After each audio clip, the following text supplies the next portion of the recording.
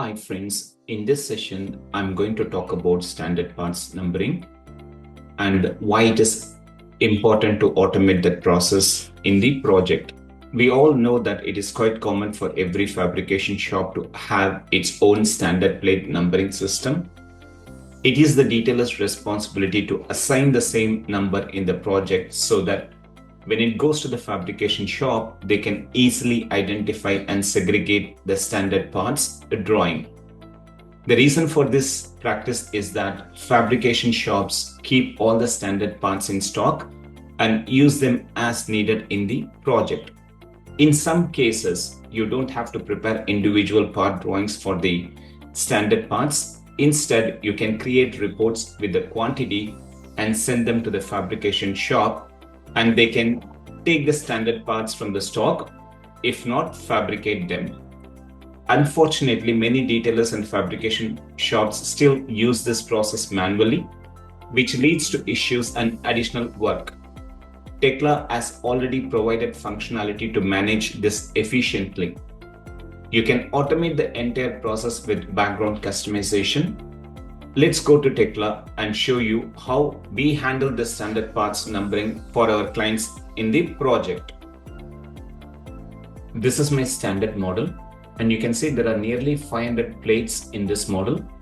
All these are standard parts, and each plate has its own number. For example, I'm going to pick plate randomly. This is EP7, and this is GU3, and this is GU1B. If I go and inquire the part, you can see the numbering is not performed because you're not supposed to perform numbering for the standard parts model. Let me go to the new project. In the interest of time, I have already created members and few connections. This is my base plate connection. So once I double click and open this connection properties, you can see I have already saved settings for each standard plates. Let me apply the connection to this. Either I can use 146 to create connections, or I can also apply our own custom development. Generally, I use this application for applying connections in the project. This is the share plate connection. So I pick guessed connection, and either I can open the drop-down list. You can see all the saved settings here. Let me take GU1B, insert connection, and pick these two members. It will read the primary and secondary profile, and based on that, it will create connections. Let me apply stiffener. Pick the primary, and then I'll go to this column and then take the top plate, insert connection, pick the member, and pick the position. Now you can see here. So when I perform numbering, it will compare this model with the standard part model because of the settings in advanced options.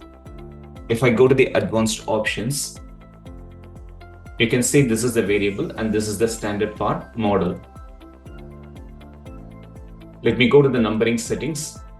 Check for standard parts option should be enabled.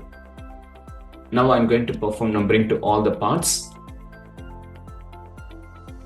If I go and check the plate, you can see the number is GU1B, and this is GU15, and this is TP3S, and this is GU3B, and this is EP15. Now you can see all these standard plates have received the same number from the standard part model. So if I go ahead and create the report just for an example, I'm going to use filter options to pick only the plates. So here is the report.